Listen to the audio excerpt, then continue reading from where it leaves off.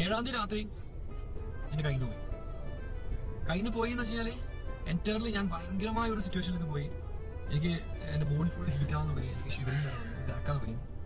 എനിക്ക് എന്താ ചെയ്യണമെന്ന് പറഞ്ഞാൽ ഞാൻ എന്റെ വീട്ടിൽ ഒറ്റക്കാണ്. സോ ഞാൻ സൂയിസൈഡ് അറ്റംപ്റ്റ് ചെയ്തു. അങ്ങോട്ട് ഈ കഥ അങ്ങോട്ട് നമുക്ക് പൂർണ്ണമായിട്ട് ഞാൻ ആ പോസ്റ്റ് ഇട്ടു, ഉൾക്കൊള്ളാൻ കഴിയുന്നില്ല. I was trying to commit suicide. അപ്പോൾ നിങ്ങൾ വിചാരിക്കും നമുക്ക് സൂയിസൈഡ് ചെയ്യും, കാരണം ഇത്രയും പവർഫുൾ ആണ്, ഇത്രയും സ്ട്രോങ് ആണ്, ഇത്രയും കൺട്രി പോയിട്ടുണ്ട്, ഇത്രയും കാര്യങ്ങൾക്ക് ഫേസ് ചെയ്ത ആളാണ്.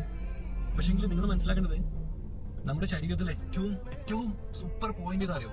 നമ്മുടെ തലയാണ്. ക്യാൻസറോ ബാക്കിയുള്ള ഒന്നുമല്ല, നമ്മുടെ തലയാണ്. ഒരു സെക്കൻഡ്, ഒരു നൂലഴ തെറ്റിയാൽ മതി. ഈ ഒരു സെക്കൻഡിന്റെ ഒരു നൂലഴ നമുക്ക് ഇത് നിന്റെ അഭിനയാണെങ്കിൽ നിനക്കൊരു ഓസ്കാർ കിട്ടും, അതിലൊരു സംശയവും വേണ്ട. നിന്റെ പേരും മാറ്റാം, മല്ലു ആക്ടറിന് ഇട്ടാൽ മതി. ശരിക്കും ഭയങ്കരമായിട്ട് നമുക്ക് വിശ്വാസം തോന്നുന്നുണ്ട്. നിന്റെ ഒരൊറ്റ പോസ്റ്റ് കൊണ്ട് എവറിത്തിങ് ഗോയിങ് ടു എൻഡ് എന്നുള്ള പോസ്റ്റ് ഉണ്ടല്ലോ, നമ്മളൊക്കെ സങ്കടപ്പെട്ടിട്ടുണ്ട്, നമ്മളൊക്കെ ചിന്തിച്ചിട്ടുണ്ട് എന്ത് സംഭവിച്ചു മല്ലു ട്രാവലറിന്. അതാണ് നിന്റെ ഉദ്ദേശമെങ്കിൽ നീ വിജയിച്ചിട്ടുണ്ട് തീർച്ചയാണ്.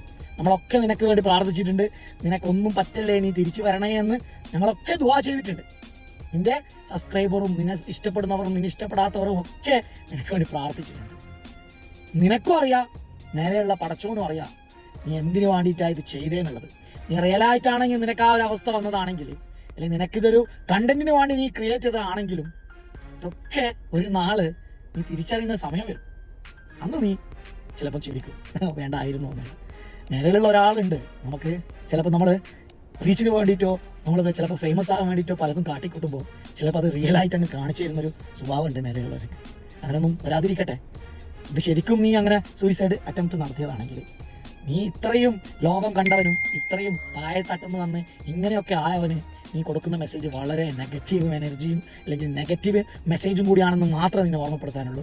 നീ എന്തിൻ്റെ പേരിലാണ് ഇത് ചെയ്തതാണെങ്കിലും വളരെ അത് മോശമായിപ്പോയി എന്നേ പറയാനുള്ളൂ. നിനക്ക് അസുഖമെന്ന് കരുതിയാണ് നമ്മളൊക്കെ നിനക്ക് വേണ്ടി പ്രാർത്ഥിച്ചതും നിനക്ക് വേണ്ടി ദുആ ചെയ്തതും. അവരെയാണ് നീ ശരിക്കും ഇത് റിയൽ അല്ലെങ്കിൽ പറ്റിച്ചത്. അത് ഓർത്താൽ മതി.